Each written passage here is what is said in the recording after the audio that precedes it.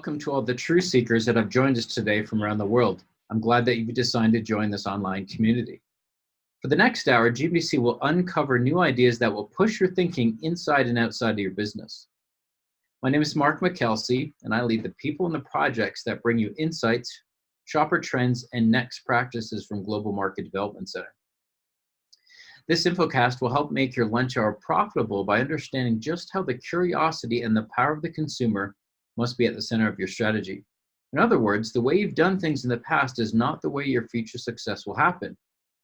Retailers and brands more than ever must be adaptive and in constant flux in order to connect with evolving populations. So, how you respond to this session is important. And without further ado, let's jump into it. I'm coming to you live from Colorado Springs and have Mark Ravi from Edge by Essential joining us from Boston today. Today's Infocast will help you understand where the future of personal electronics is going for store sales and why the category has been shifting channels. Where shoppers expect to buy them is very different today than it was last year and even just a few months ago, since the landscape continues to go through a total rearrangement. Throughout the past decade, consumers want to continually upgrade their personal devices and systems, but they're not buying them strictly at big box stores anymore. Both Best Buy and Target have been reporting a decline in recent years in this category, and online continues to steal share of spend. Best Buy, as a result, has placed more focus on service and advice, while falling prices in the industry continues to bring in new competition. For example, since 2009, the electronics category average retail price has fell by nearly 33%. This is not only due to widespread availability of where to buy devices, but also because blockbuster innovations and new product launches have slowed, as well as product obsolescence between versions is forcing increased frequency of purchase. For example, Macy's has been toying with the idea of putting mini Best Buys inside their department stores to capture top-of-mind presence with electronics that their shoppers have. In addition, the invention of Best Buy vending machines in airports has awoken consumers to the fact that they want to buy their electronics on an impulse basis in more convenient areas. It's these kind of tactics and fragmentation that removes the need for a consumer to drive across town, find what they're looking for, while traditional stores struggle to capture bigger baskets from a single destination. During this Infocast, Mark is going to help us through 4 winning strategies that will highlight the latest retail initiatives, a vision for the store of the future, e-com, and supply chain, all related to the electronics category. And the timing of this Infocast is perfectly aligned with the current Black Friday surge that many retailers are anticipating soon. So with that said, Mark, would you help our viewers know more about what they can expect to learn today? Yeah, Mark, I'd be happy to do that. So when we take a look at the future of consumer electronics over the course of the next hour or so, we'll start by just telling the growth story. So is this category growing? Where is the growth coming from, and why is it growing? Then, as Mark mentioned, we'll tie into how retailers and brands are trying to capitalize on these emerging trends in order to best position themselves for this future that we'll really dive into. And then lastly, we'll just tie it all together with some summaries and implications of what you can do with this information. Sounds great. I'm looking forward to it. And before we get started and dive in, I'd like to remind our viewers that we can take questions during or after the session by using the Q&A button at the bottom of your screen. We'll get to those at the end of the hour and do a live session with Mark, just a mini panel, and try to get to those and see if we can uncover some additional insights for you. So let's get started. Back over to you, Mark. Great, thank you. So hello, everyone. As Mark said, I work with the Edge by Essential team out of Boston, Massachusetts. I work on our advisory team, so I work with some of our CPG companies with some of the leading CPG companies to best position themselves for an increasingly digital future. So as I just mentioned, today we're going to be talking about the future of consumer electronics. We'll take a look When we take a look at the overall agenda, as I briefly just outlined, we're going to talk about the general growth story of this sector. So is it getting bigger? Where is that growth coming from? Who are the key players?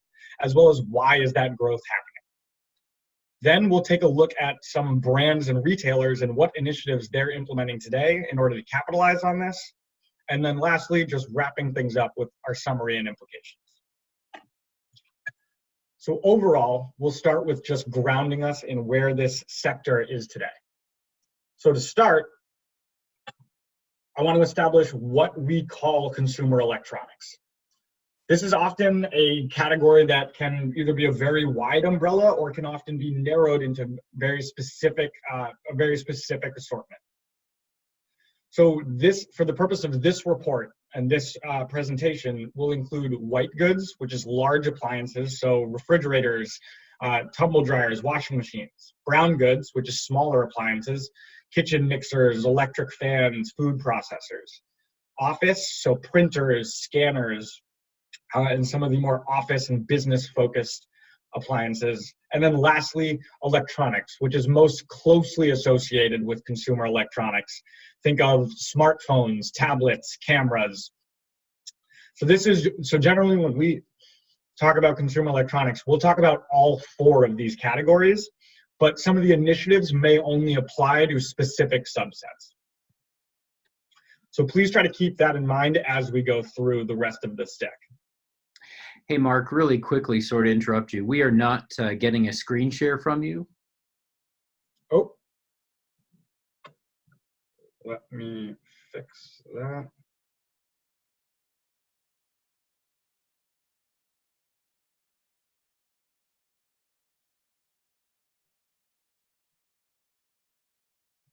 There we go. Looks good. Thank you. Sorry about that, everyone. So this was basically just the diagram that I walked through for that category definition. And this is just generally what we will include within this report. Now, for those of you that have seen a presentation either through GMDC or a separate platform and have seen an Edge by Essential presentation before, I'm sure this slide looks very familiar. Now, one thing to note is that we really categorize these external factors that are driving change within retail into 5 categories: society, technology, economy, industry, and policy. For the purpose of this report, again, we'll focus largely on society, tech, and industry today, but we should note that there are some factors within the economic and political buckets that can impact this category. So when we look at consumer electronics as a whole globally, we can see that it's growing pretty quickly at about a CAGR of 9.5%. Now this is based on chain retail sales, so there are some sales that might not be included here, but this would generally include anything that's moving through store-based stores such as Walmart and a Target, as well as those online players such as Amazon, Alibaba, JD.com.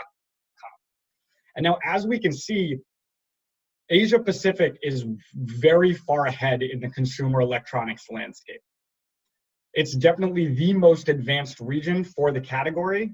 So while we are generally focused on North America for this presentation, there will be a lot of references to APAC and specifically China, just to give everyone a sense of where the US landscape might be going and some of the trends that we can expect to see in the US in the coming years. So let's take a bit of a deeper dive and let's look at the US. And let's look at where the growth is coming from. How can we understand the growth better? And what's really clear is that e-commerce is a very big deal. I can't state this enough. E-commerce is the #1 most important channel for this category. Right now, e-commerce accounts for about 40% of CE sales. But by 2023, we can expect this number to be 54%. So e-commerce, the majority of consumer electronic sales will be online. It's growing significantly faster than all channels, 3 times faster than club, which is the second fastest. And while department stores are the clear loser, as Mark mentioned earlier, they're declining across really all categories and across all of retail. Within CE specifically, they are growing the slowest and actually declining, but every channel is losing share to e-commerce. This is not just something that all department stores are losing share or the specialists are dying out. E-commerce and specifically some select players are really taking share from everyone else in the landscape. So now, as many of you know, consumer electronics was one of the first categories to move online. So it should be no surprise that it's also one of the most mature online categories. When we look at it compared to everything else, it is clearly one of the highest penetrated online categories. Along with Office, which, as we said, is actually included within this presentation under the definition of consumer electronics. But not only that, we're seeing that only a category like digital with like media, where so much is actually a digital copy that you can only buy online.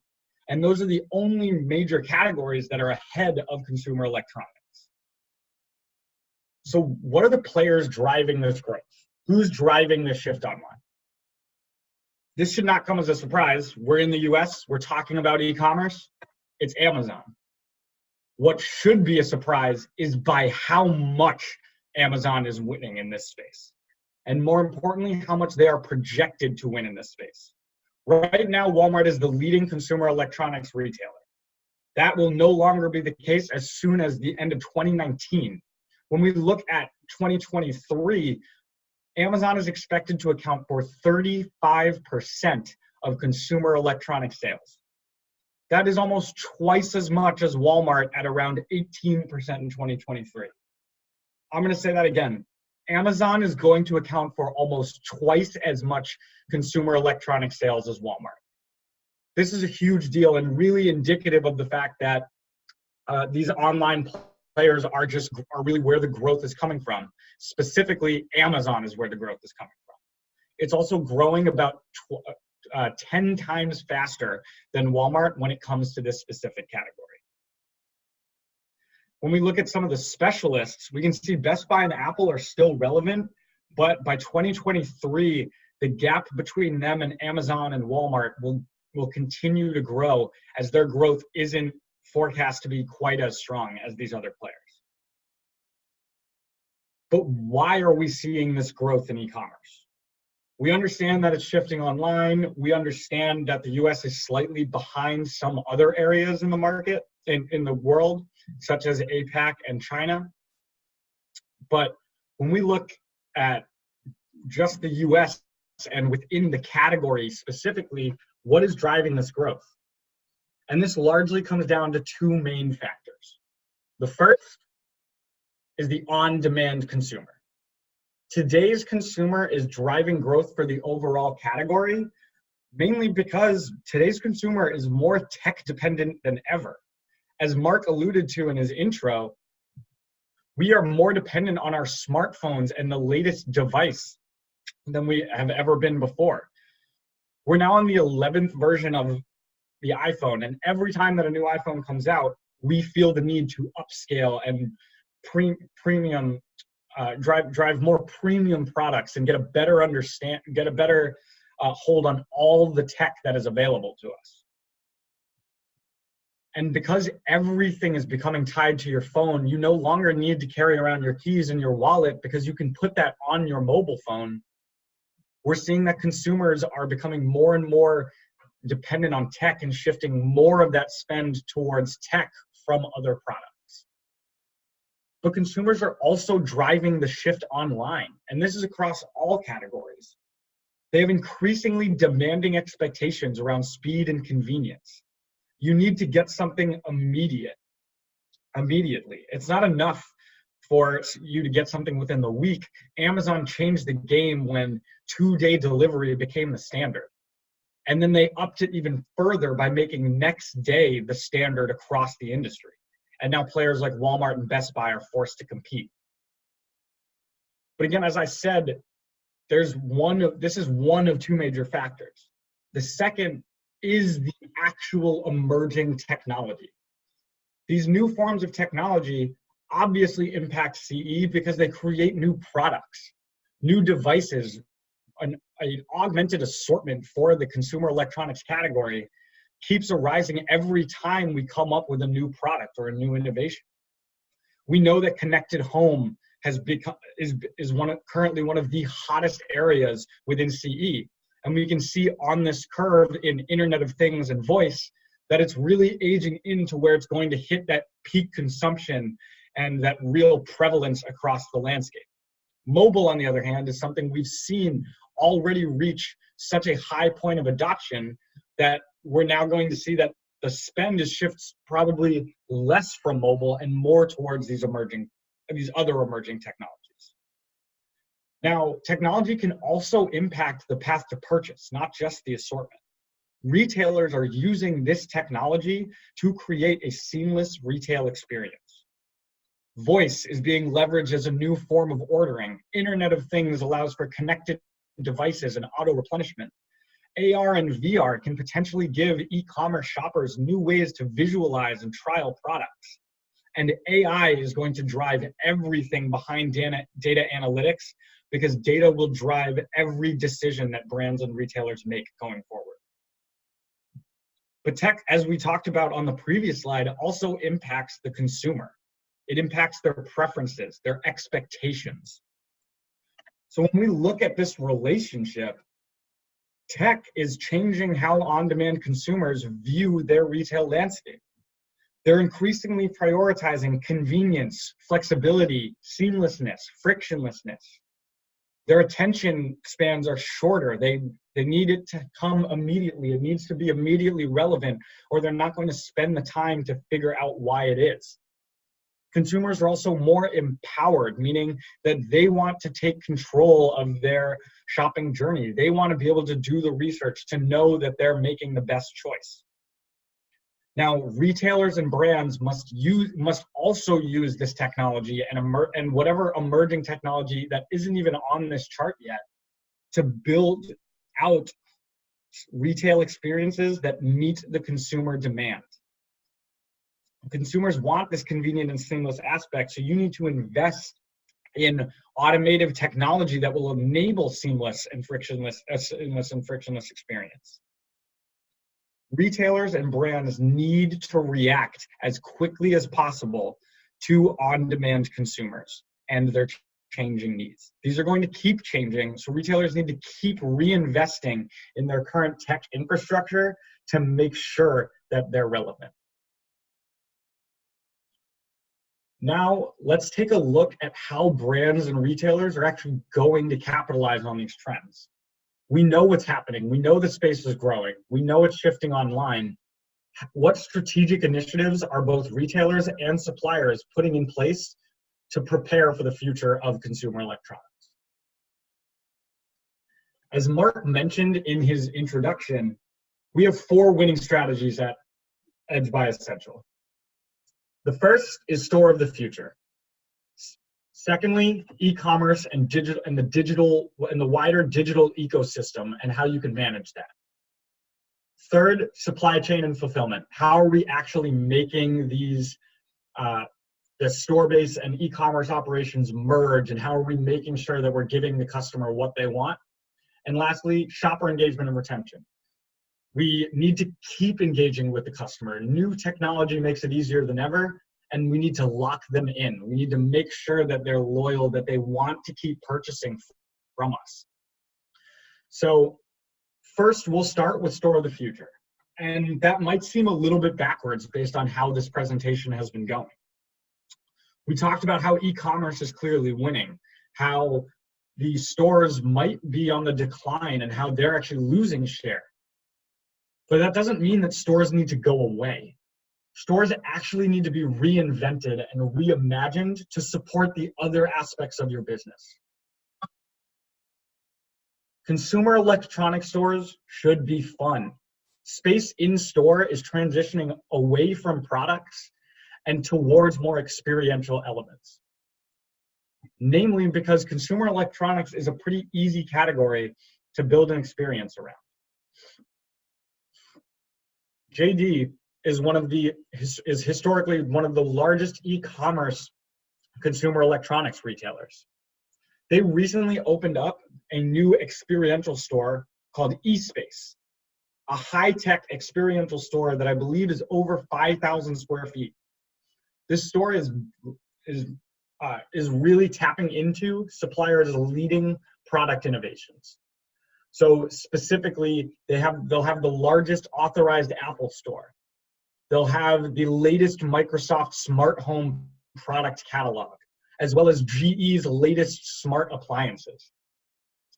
This is really a way they're giving their consumers an opportunity to engage with these new line of innovative products, to trial them, to play with them, to just understand what new technology can unlock for them and potentially give them an experience that you can't replicate online. Samsung similarly hasn't been investing in their experience stores for a long time. They originally launched their US stores in late 2018 or early 2019 in Texas, Florida, or Texas, California, and New York. These stores just allow consumers to try out the latest products, some that aren't even out yet, in order to just get them excited about the category and about the brand in general. They also they do a really good job of just tying it to their product launches. So when the Galaxy 10 came out, they built out a really strong in-store event and merchandising around that product line to drive engagement with consumers. But when we talk about a consumer experience in store, it's not just about the layout and the format of the store. It's about getting the right products. No one wants to come into your playground of a store if you only have technology from 3 years ago or even last year that people aren't really that excited about anymore. Retailers have to curate their assortments to combat this increased competition. Walmart recently launched a private label Android tablet. And this is one of the strategies we're seeing, is pushing into private label. Now, this is something Amazon really revolutionized with the Kindle. The Kindle Fire has become one of the top selling devices, along with Alexa Home and all of the different Alexa enabled devices. Now, Amazon did such a good job that we're seeing Walmart now push in with a similar strategy. They don't want to just sell Amazon's and Apple's tablets in their stores, but they want to get into this game. So they launched a private label Android tablet that's actually at a cheaper price point than both the Kindle Fire and the iPad. Now, another strategy that you'll see here on the right is leveraging online reviews and content to inform your assortment. So Amazon has their 4-star stores. These are physical stores that only carry products that have a 4-star or higher rating on Amazon. This is just a smart way to ensure that you are carrying relevant products. These are products that not only sell well, but people are actively talking about how happy they are with them and going through the effort of leaving reviews for them. So you're really making sure that you are capitalizing on these emerging trends and really the latest information you can. Now, we've talked about the layout of the store, we've talked about the products in the store, but we haven't talked about the people working in the store. How does the role of labor shift in this new store, especially if there are less products, it's more curated, and we're really moving towards experiences? Labor needs to be a value add. They need to provide services and education. So when we look across the landscape, Apple is really the clear example of just a best-in-class store for a long time, where not only do they drive that experience of trying the products, getting a feel for some really expensive products that you want to make sure you're getting the right one, but they're also now investing in education. So they're creating more reasons for you to come into that store. Their Today at Apple lessons have almost 20,000 lessons a week, with plans to expand into more stores with more lessons.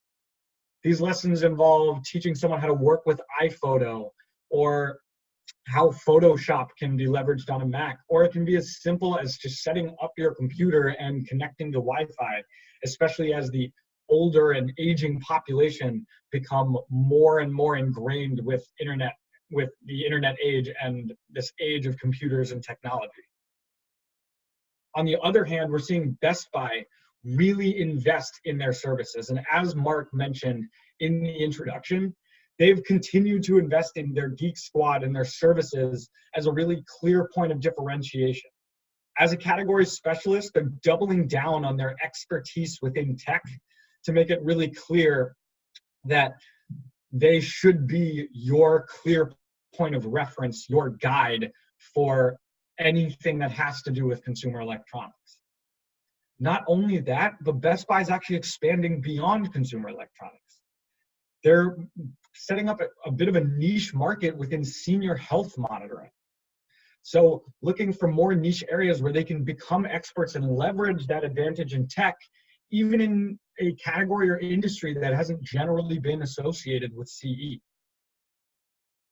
So as mentioned, stores are always going to be relevant, and it might seem a little backwards that we talked about stores first in a category that e-commerce matters so much. And part of that is because, as mentioned, stores aren't going anywhere, but they are going to be less important.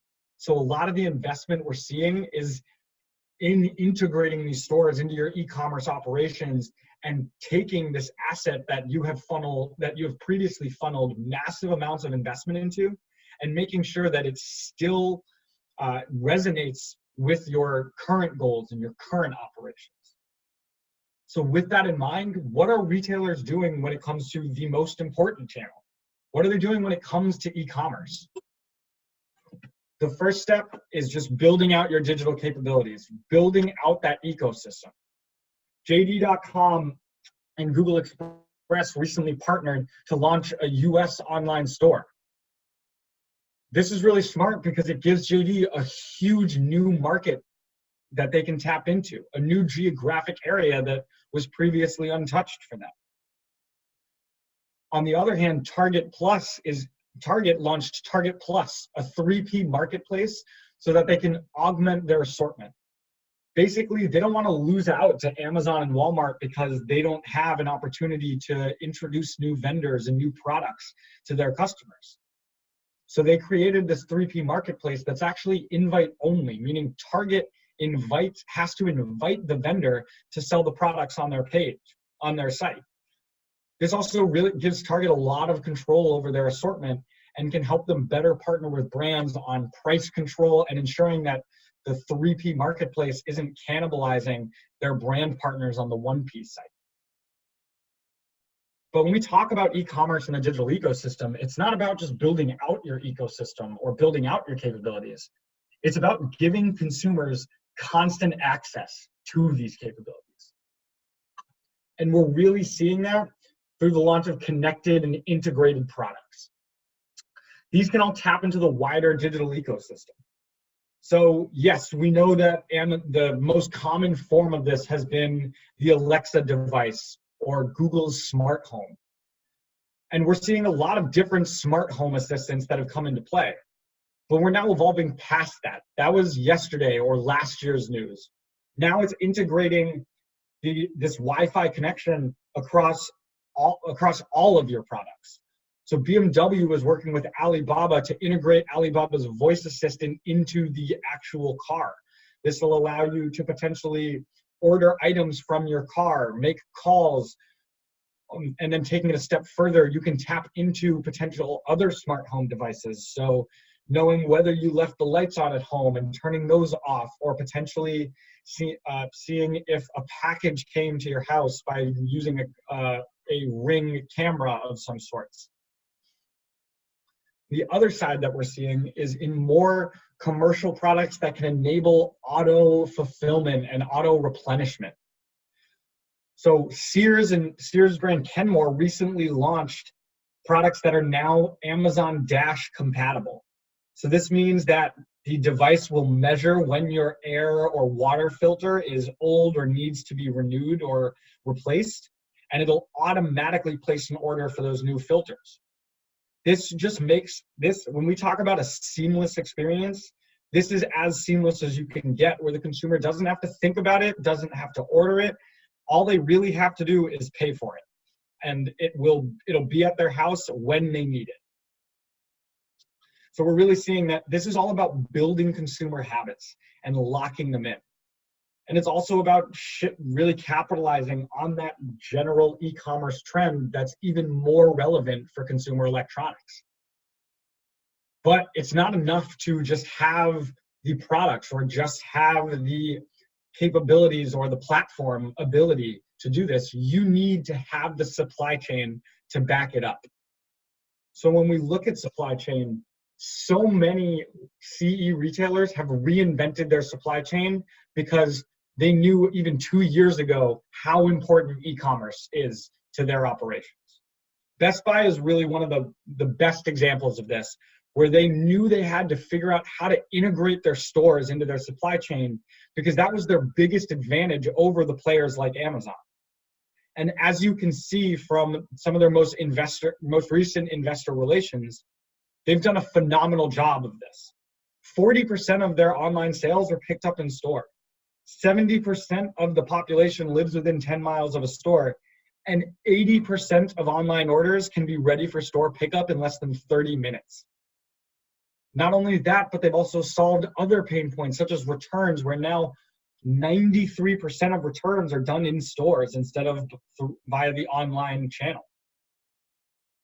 Most of the e-com supply chains for the top consumer electronics retailers are already established. They already invested in them because the writing was on the wall almost 2 years ago. The next evolution of this investment will be into last mile solutions.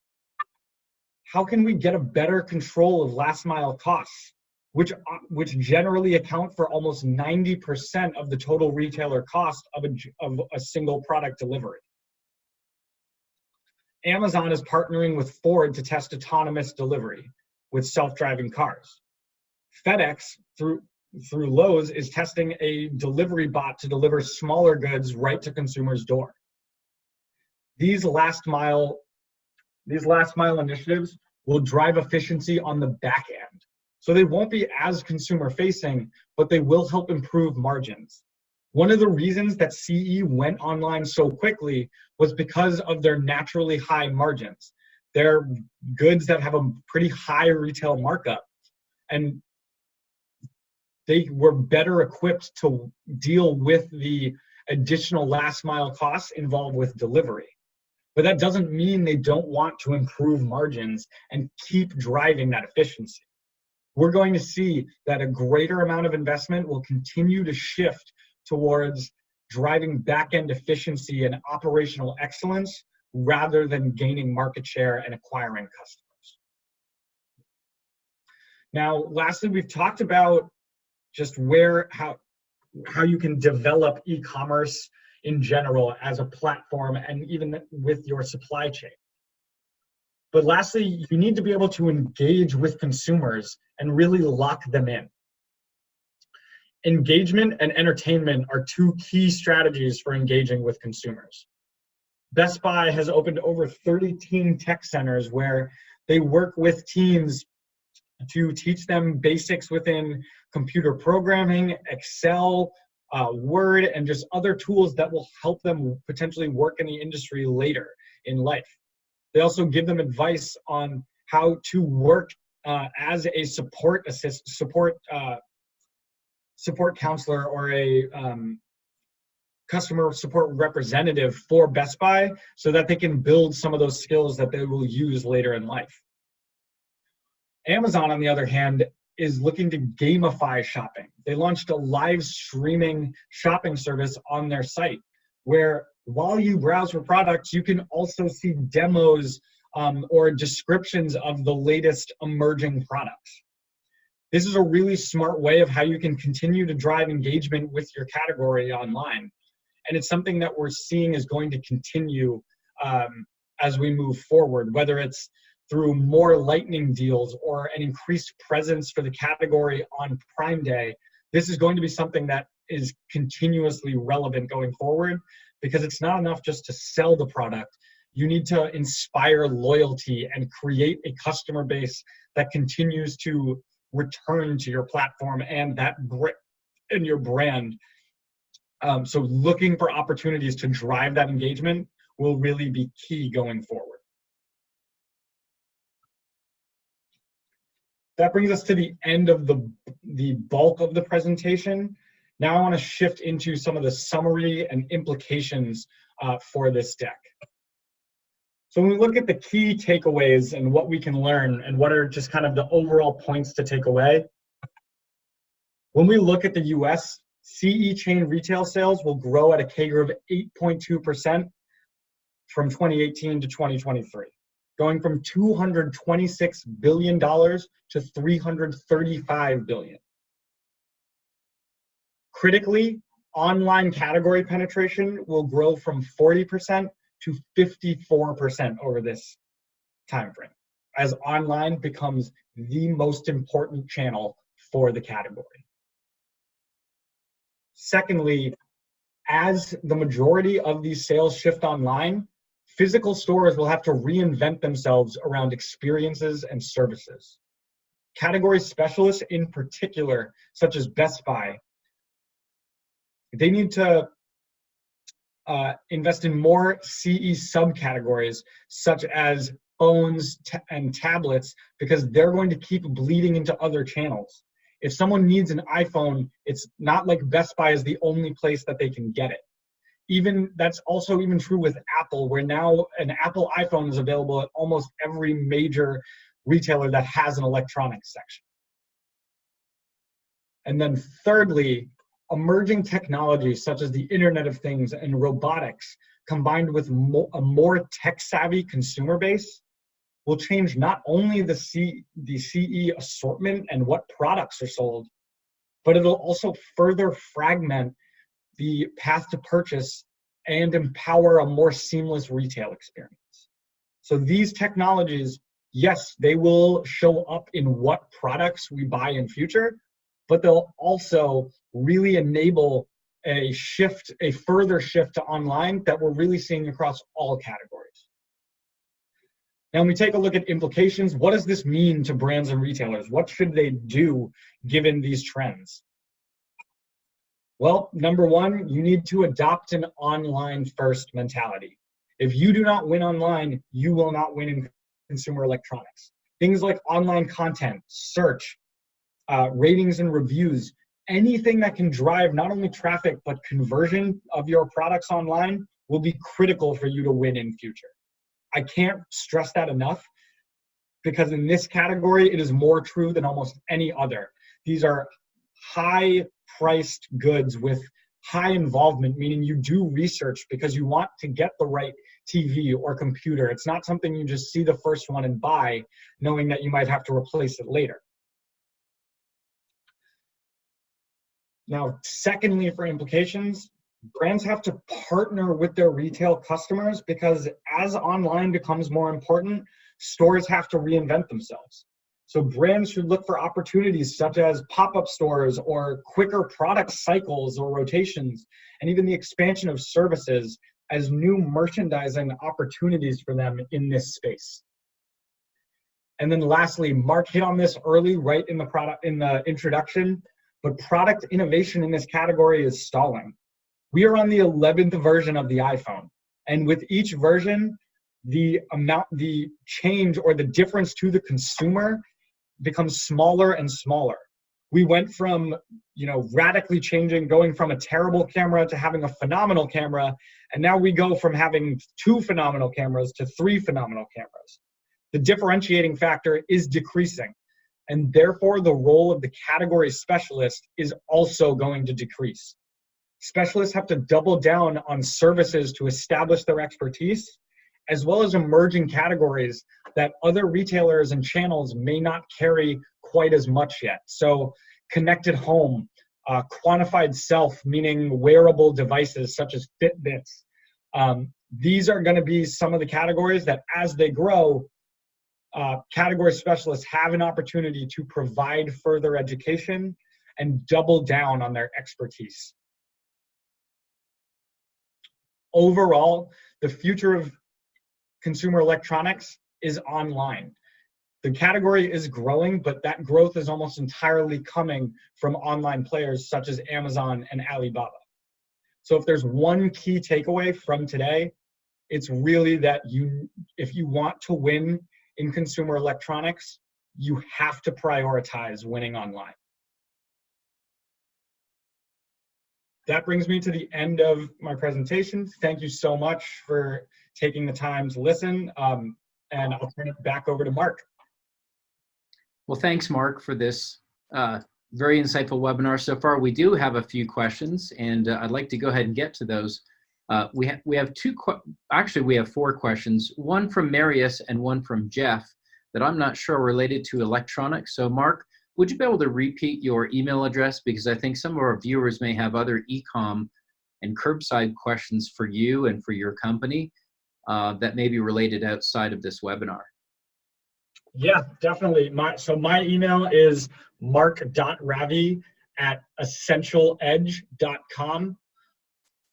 And I'm happy to coordinate with you, Mark, if we can just send that out just to make sure that anyone who wants those questions answered, I'm happy to have a call and connect and kind of dive deeper on anything that we might have only touched on in this presentation. Sounds great. And Mark, we do have two specific questions in regards to consumer electronics. Vera is asking us, what are the specific subcategories within consumer electronics that will experience the most growth over the next few years?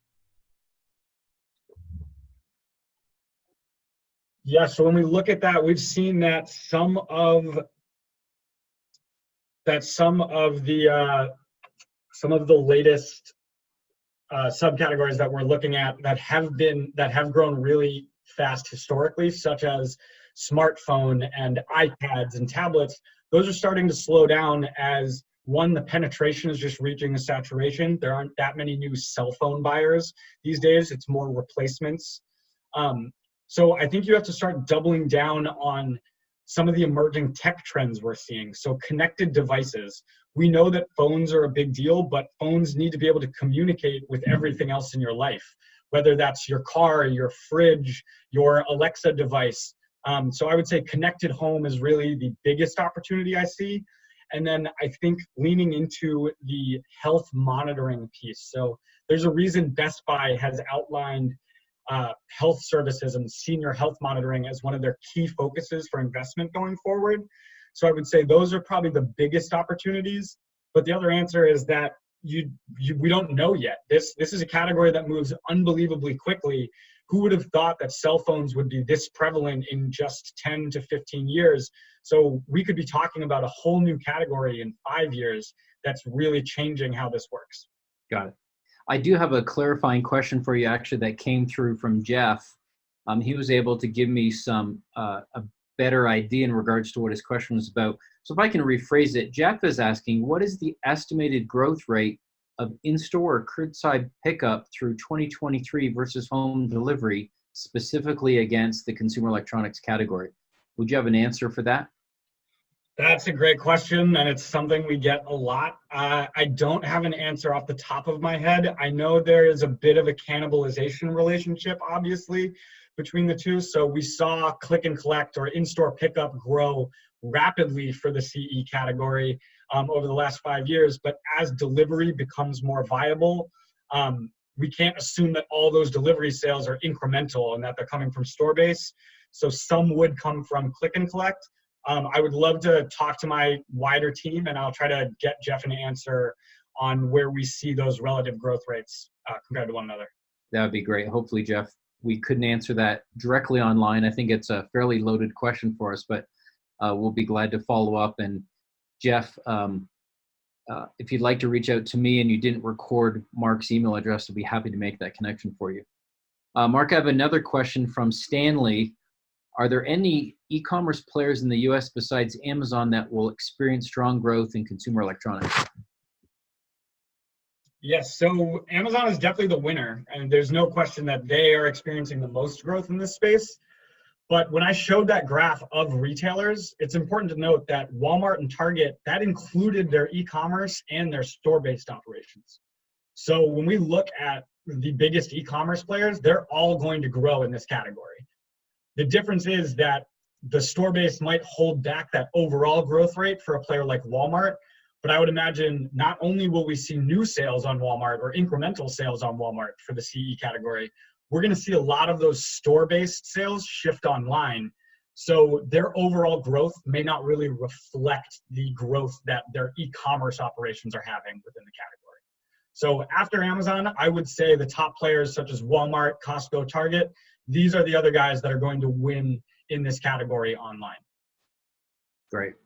And Mark, that is actually all the questions that we have for today. So let me say, secondly, thanks again for RNG, Planet Retail, Edge by Essential to partner with GMDC as usual and provide these very insightful infocasts, several throughout the year already. And I'd like to make sure that our viewers know that there's several other Edge by Essential infocasts available in the archive section as well, with many other GM and HBW product insights that we have. So thanks again, Mark, for your time today. Thank you. We appreciate the insights from today's presentation by Edge by Essential. And if this is your first time experiencing a GMDC Infocast, I'd like to make sure that you're aware that this session and all previous Infocasts can be viewed on the archive tab on gmdcconnect.org. If you're not a member of GMDC Retail Tomorrow, I'd like to encourage you to stay in touch with me as well. Today's Infocast is just a small sample of what members have access to. As GMDC is a nonprofit retail-owned association that helps companies and people connect to growth, I'd like to make sure that we also bring opportunities for you if you're in the general merchandise, health, beauty, wellness, or self-care industries. For more information, please contact me at markm@gmdc.org. Thanks for joining us today. We hope the rest of your week is as productive as this past hour has been.